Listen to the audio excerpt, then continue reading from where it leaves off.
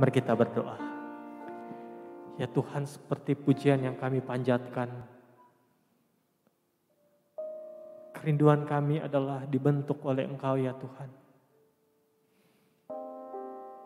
Biarlah hati kami seperti hati Engkau ya Tuhan. Bentuklah kami melalui pemberitaan firman Tuhan pada hari ini ya Tuhan. Berilah kami hati yang mau dibentuk oleh Engkau, telinga yang peka mendengarkan suara Engkau ya Tuhan. Berbicaralah kepada kami ya Tuhan, dan kami siap untuk mendengar. Isi doa kami ya Tuhan, di dalam nama Tuhan Yesus kami telah berdoa dan mengucap syukur. Amin. Bapak Ibu Saudara-saudari, firman Tuhan kita yang akan kita renungkan pada malam hari ini terambil dari Mazmur 72. Bapak Ibu Saudara-saudari boleh membuka Alkitab Bapak Ibu Saudara-saudari masing-masing. Saya akan membacakan Mazmur 72 ini, tapi tidak semua ayat, hanya beberapa ayat yang akan saya bacakan kepada kita semua. Ayat 1 hingga yang keempat, 12 hingga ke-14, dan 18 hingga yang ke-20. Saya akan membacakannya untuk kita semua. Mazmur 72 ayat 1 hingga ke-4. Dari Salomo, ya Allah, berikanlah hukum-Mu kepada raja dan keadilan-Mu kepada putra raja. Kiranya ia mengadili umat-Mu dengan keadilan dan orang-orang-Mu yang tertindas dengan hukum. Kiranya gunung-gunung membawa damai sejahtera bagi bangsa dan bukit-bukit membawa kebenaran. Kiranya ia memberi keadilan kepada orang-orang yang tertindas dari bangsa itu, menolong orang-orang miskin, tetapi meremukkan pemeras-pemeras. Ayat yang ke-12 hingga ke-14. Sebab ia akan melepaskan orang miskin yang berteriak minta tolong, orang yang tertindas dan orang yang tidak punya penolong. Ia akan sayang kepada orang lemah dan orang miskin. Ia akan menyelamatkan nyawa orang miskin. Ia akan menebus nyawa mereka dari penindasan dan kekerasan. Darah mereka mahal di matanya. Ayat ke-18 hingga ke-20. Terpujilah Tuhan Allah Israel yang melakukan perbuatan yang ajaib seorang diri. Dan terpujilah kiranya namanya yang mulia selama-lamanya. Dan kiranya kemuliaannya memenuhi seluruh bumi. Amin, ya amin. Sekianlah doa-doa Daud bin Isai. Demikian firman Tuhan yang akan kita renungkan bersama pada malam hari ini. Bapak Ibu Saudara-saudari, belakangan ini atau beberapa hari ini kita diramaikan oleh berita konflik. Berita konflik antara negara Rusia dan Ukraina. Di mana banyak yang mengatakan inilah cikal bakal perang dunia ketiga. Negara Rusia dan Ukraina menjadi sorotan seluruh dunia dalam beberapa hari ini.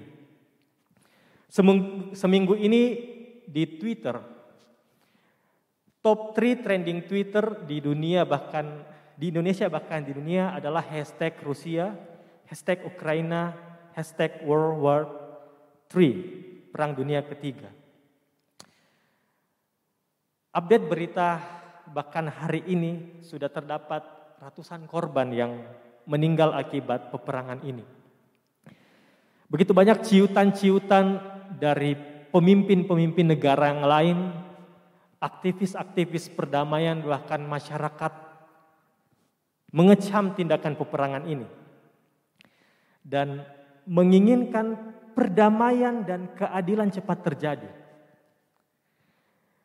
Walaupun mungkin kita nggak terlalu tahu bagaimana detail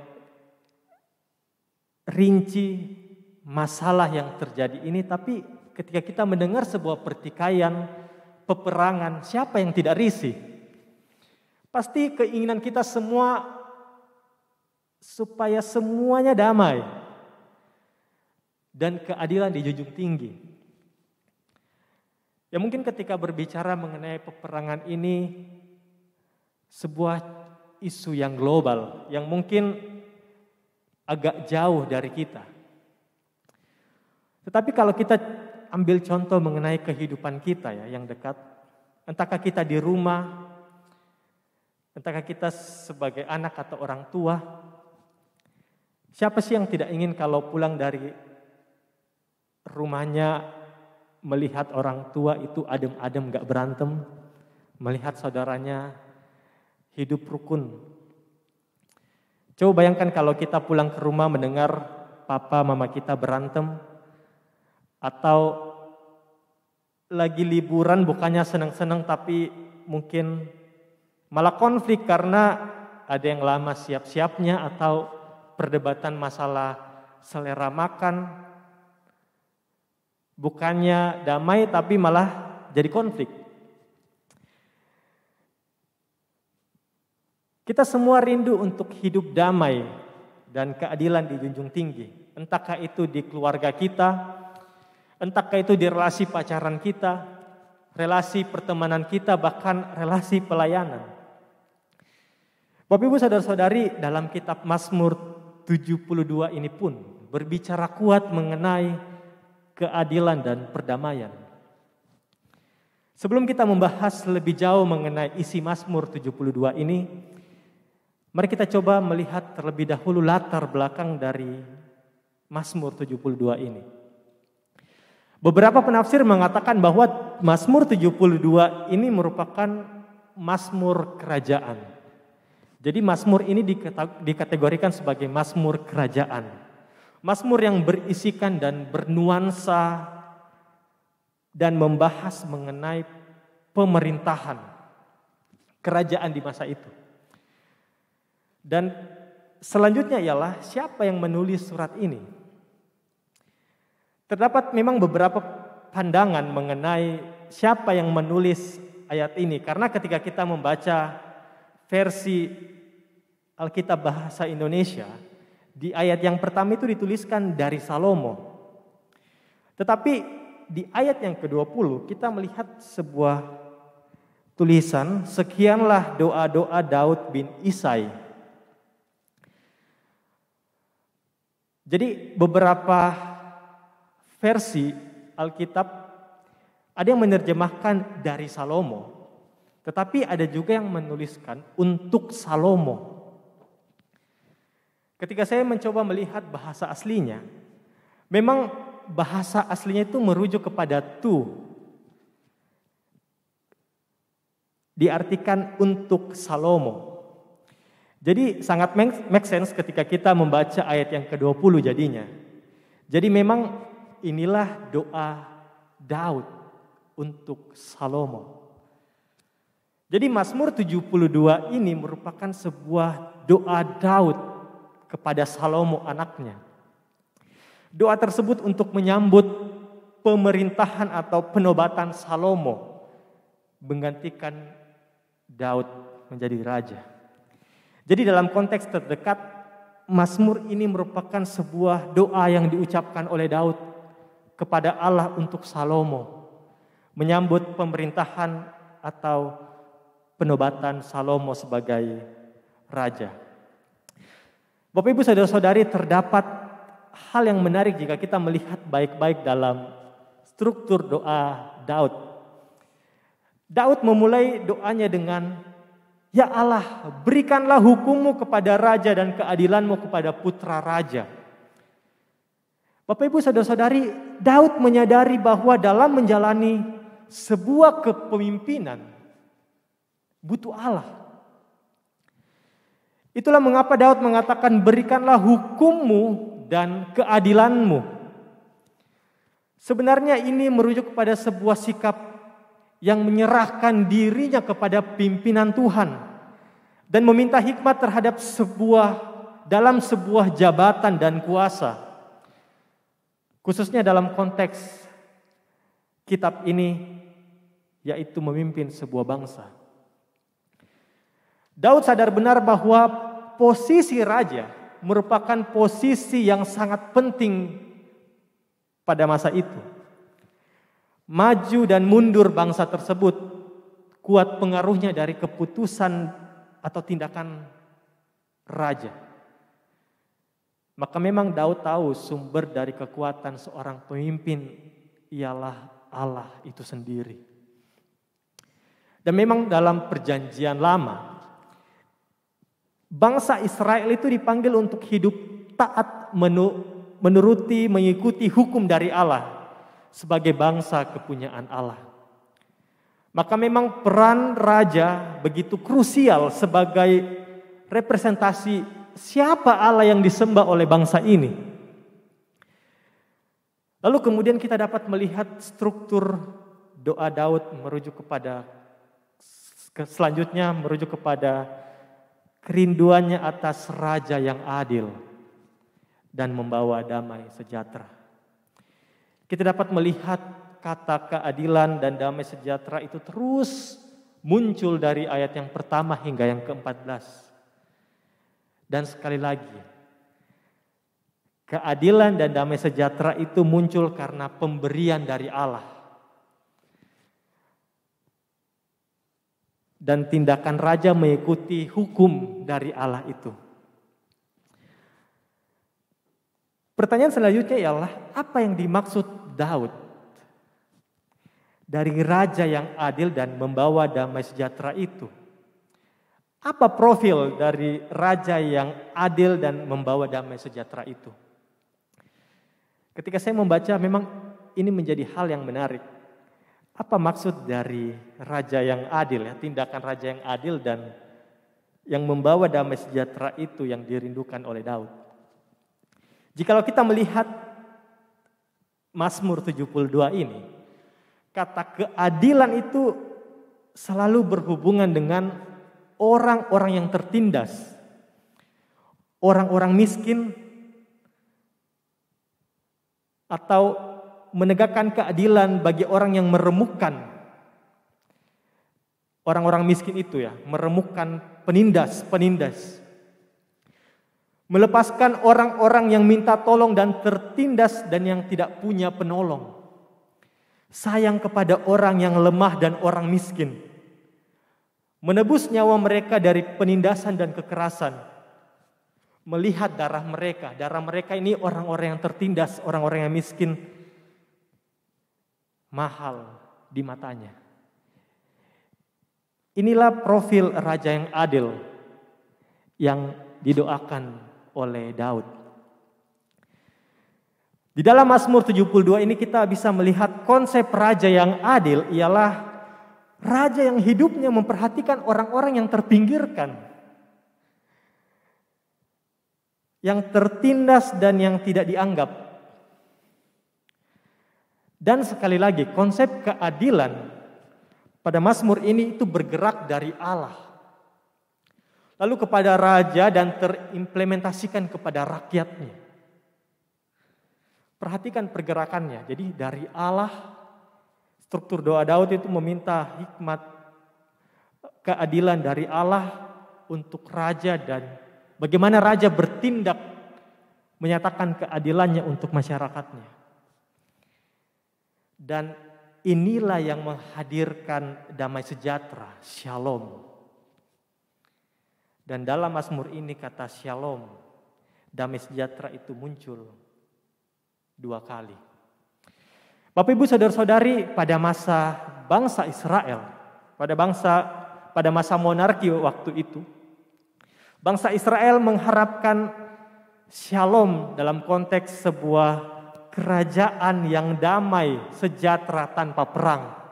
Itulah kerinduan bangsa Israel ketika mendengar kata shalom.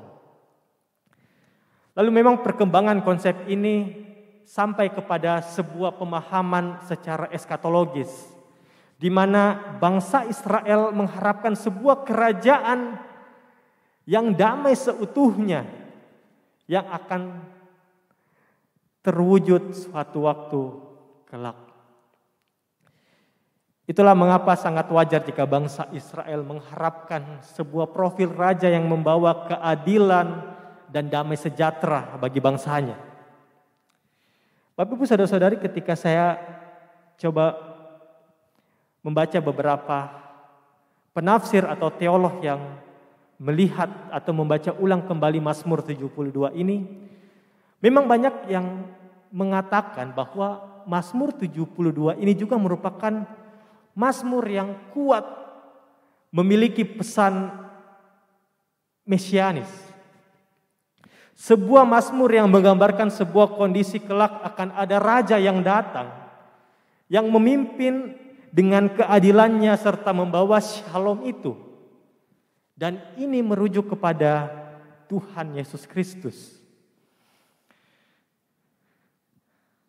Kristus datang ke dunia membawa shalom itu.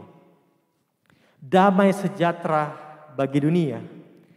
Dan ia juga datang membawa damai. Membawa kingdom of God hadir di tengah dunia. Bahkan Kristuslah sendiri adalah kerajaan Allah itu. Sedikit melihat bagaimana Tuhan Yesus menghadirkan keadilan dan damai sejahtera dalam setiap pelayanannya. Dalam pelayanannya ia menyatakan kerajaan Allah terhadap manusia-manusia yang dianggap rendah pada saat itu. Bapak Ibu Saudara-saudari, Tuhan Yesus menyatakan keadilan dan kasih-Nya di tengah-tengah kaum marginal. Orang-orang yang meminta tolong tetapi tak didengar suaranya. Ia sayang kepada orang-orang yang lemah dan orang-orang yang miskin. Dan ia melihat darah mereka mahal di matanya. Dan kingdom of God itu bukan hanya berbicara mengenai nanti, tetapi itu telah terjadi dan terus terjadi sampai sekarang. Itulah mengapa di dalam doa Tuhan Yesus, ia mengatakan, datanglah kerajaanmu, jadilah kehendakmu di bumi seperti di surga. Ini berbicara kuat mengenai masa kini dan sekarang, bukan hanya masa esok atau nanti. Dan kita dipanggil untuk mewujudkannya di dunia ini. Salah satu panggilan kita ialah menghadirkan nilai kerajaan Allah itu di dalam segala aspek kehidupan kita. Salah satunya ialah keadilan dan damai sejahtera. Keterlibatan dengan kita di tengah-tengah dunia ini yaitu menjalankan nilai-nilai itu. Menghadirkan keadilan dan shalom, damai sejahtera di tengah-tengah aspek, di seluruh aspek kehidupan kita. Entahkah kita sebagai seorang pelajar, pekerja, orang tua, ibu rumah tangga, anak, dan lain-lain. Seharusnya keadilan dan damai sejahtera itu hadir dalam setiap aspek kehidupan kita. Kepekaan kita terhadap ketidakadilan yang terjadi di sekitar kita, atau bagaimana orang-orang yang mungkin terpinggirkan. Bagaimana kerinduan kita menghadirkan shalom dan damai sejahtera itu.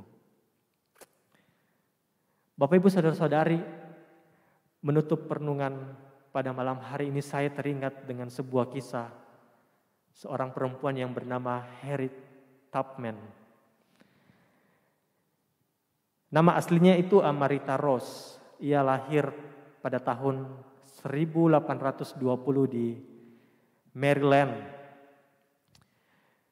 Bapak Ibu Saudara-saudari, ia lahir di era-era perbudakan. Ia dari bayi sudah lahir dengan status budak pada saat itu. Ia harus bekerja untuk majikannya dari ia kecil sampai ia umur 45 tahun. Tetapi suatu hari ada momen di mana pemiliknya itu ingin menjual dia ke pemilik lain karena pemiliknya lagi kekurangan uang. Tetapi pada saat itulah ia mengambil pilihan untuk lari dan menyelamatkan diri. Ia ingin lepas dari perbudakan itu. Karena ia didrive oleh sebuah kesadaran, ini sebuah tindakan yang tidak benar. Singkat cerita, ia berhasil melarikan dari pemiliknya dan diselamatkan oleh sebuah organisasi yang ada di Philadelphia. Lalu setelah ia diselamatkan, ia tidak berhenti di sana. Ada suara di dalam hatinya yang mengatakan, Allah tidak menyukai manusia yang menguasai sesama manusia. Suara itu bergerak terus dalam hatinya dan membuat ia berani melangkah, menyelamatkan keluarganya dan para budak-budak yang tertindas pada masa itu. Singkat cerita, perjuangannya yang mengancam nyawanya berhasil membebaskan ratusan budak sampai ia meninggal. Begitu banyak budak-budak yang ia selamatkan sehingga budak itu dapat hidup bebas dalam keadilan dan kondisi damai. Sebuah tindakan yang digerakkan oleh kepercayaan bahwa Allah tidak menyukai manusia yang menguasai sesama manusia. Sebuah nilai yang menjunjung sebuah keadilan itu dapat terlaksana pada masa itu. Harriet Tubman akhirnya memang sampai saat ini sangat dihormati sebagai ikon Amerika dan telah menginspirasi begitu banyak generasi muda untuk berjuang dalam keadilan dan perdamaian terhadap hak-hak sipil dengan keberanian dan aksi. Bapak Ibu saudara-saudari, seharusnya beginilah murid Kristus. Membumi di tengah-tengah lingkungannya, menghadirkan keadilan dan shalom itu di seluruh aspek kehidupan kita. Bukan hanya di dalam gereja, malahan di lingkungan kehidupan kita sehari-hari. Bapak Ibu saudara-saudari, biarlah perenungan malam hari ini mengingatkan kita untuk menghadirkan keadilan dan damai sejahtera itu di tengah-tengah konteks kehidupan kita. Mari kita berdoa. Tuhan, pada malam hari ini kami diingatkan sekali lagi bagaimana menghadirkan keadilan dan perdamaian di tengah-tengah konteks kehidupan kami ya Tuhan. Mampukan kami untuk dapat melakukan itu di tengah-tengah kehidupan kami. Dapat peka melihat orang-orang yang membutuhkan pertolongan. Dapat peka melihat ketidakadilan yang harus ditegakkan ya Tuhan. Mampukan kami ya Tuhan. Isi doa kami ya Tuhan, di dalam nama Tuhan Yesus kami telah berdoa dan mengucap syukur. Amin. Persekutuan doa pada malam hari ini selesai. Bapak Ibu saudara-saudari dipersilakan untuk mengambil waktu teduh sejenak.